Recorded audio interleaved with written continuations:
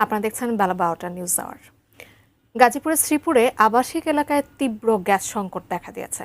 এতে চরম দুর্ভোগে পড়েছেন কর্মজীবী ও সাধারণ বাসিন্দারা। ইলেকট্রনিক চুলা ও এলপিজি গ্যাসের উপর নির্ভরশীল হতে হচ্ছে তাদের। প্রতিদিনের রান্নাবান্না নিয়ে তৈরি হয়েছে মহাভাবনা।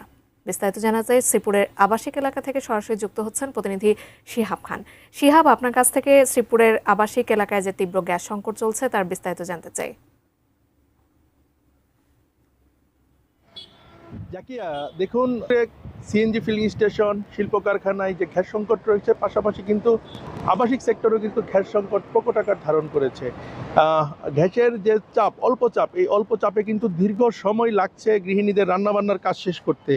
এতে কিন্তু তারা যে দৈনন্দিন যে তাদের কাজ, সেই কাজের ছন্দ হারিয়েছেন তারা। তাদের দীর্ঘ গ্যাস সংকটের কারণে বিশেষ করে দুর্ভোগ বাড়িয়েছে শিল্প কারখানার যে শ্রমিকরা রয়েছেন। এই শ্রমিকরা অফিস গ্যাস সংকটের কারণে শেষ করতে পারছেন না। আমি কথা বলেছিলাম এক নারী শ্রমিক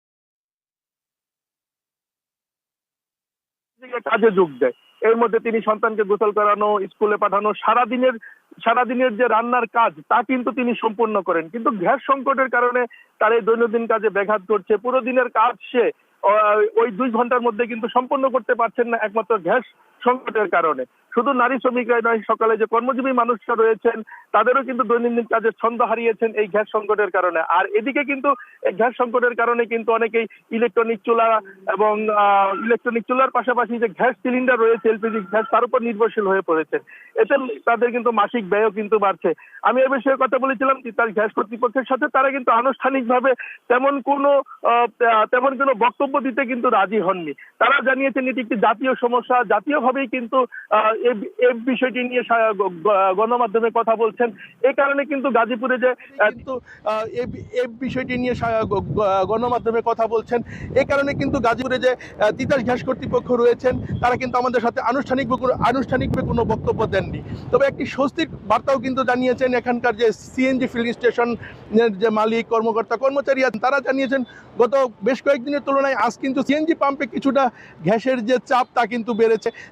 যে গাড়িটি গতকাল 150 থেকে 200 টাকায় সর্বোচ্চ পরিমাণ গ্যাস নিয়েছে, আজ কিন্তু সেই গাড়িতে গ্যাসের চাপ আজ ভোর থেকে কিন্তু কিছুটা কিন্তু বেড়েছে।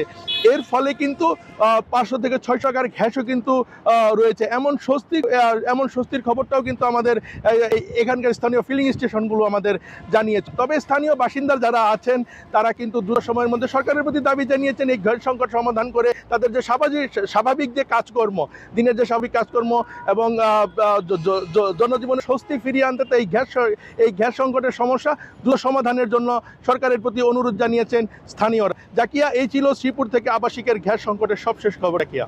শিহাব, ধন্যবাদ আপনাকে। দর্শক, গাজীপুরের শ্রীপুরে গ্যাস সংকটের কথা জানাচ্ছিলেন প্রতিনিধি শিহাব খান। সংবাদে এই পর্যায়ে